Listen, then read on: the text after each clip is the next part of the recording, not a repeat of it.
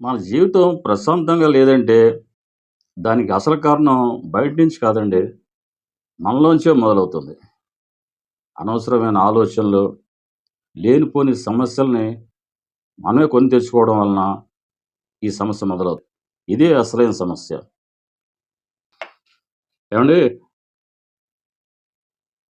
గుప్పెడంత గుండెలో గంపెడంత సమస్యలను నింపితే 24 గంటలు మన కోసం ఆగకుండా పనిచేసే ఆ చిన్ని గుండె పాపం ఎలా తట్టుకుంటుందో చెప్పండి? మన సమస్యలు మనమే పరిష్కరించుకోవాలి. ఇతరులకు చెప్పుకుంటే పరిష్కారం రాదు.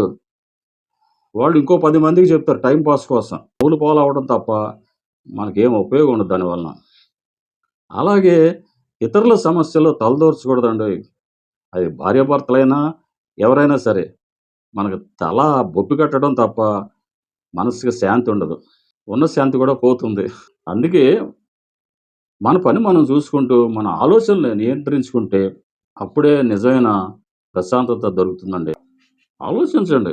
జీవితంలో ప్రశాంతత కావాలంటే ముందు అనవసరమైన భారాన్ని వదిలించుకోవాలి. ఎప్పటికప్పుడు ఆలోచనలు మనసులోంచి చెత్తకుండీలోకి తోసేయాలి. అప్పుడే మనసు తేలికవుతుంది. భారం తగ్గుతుంది. అవునా కాదా?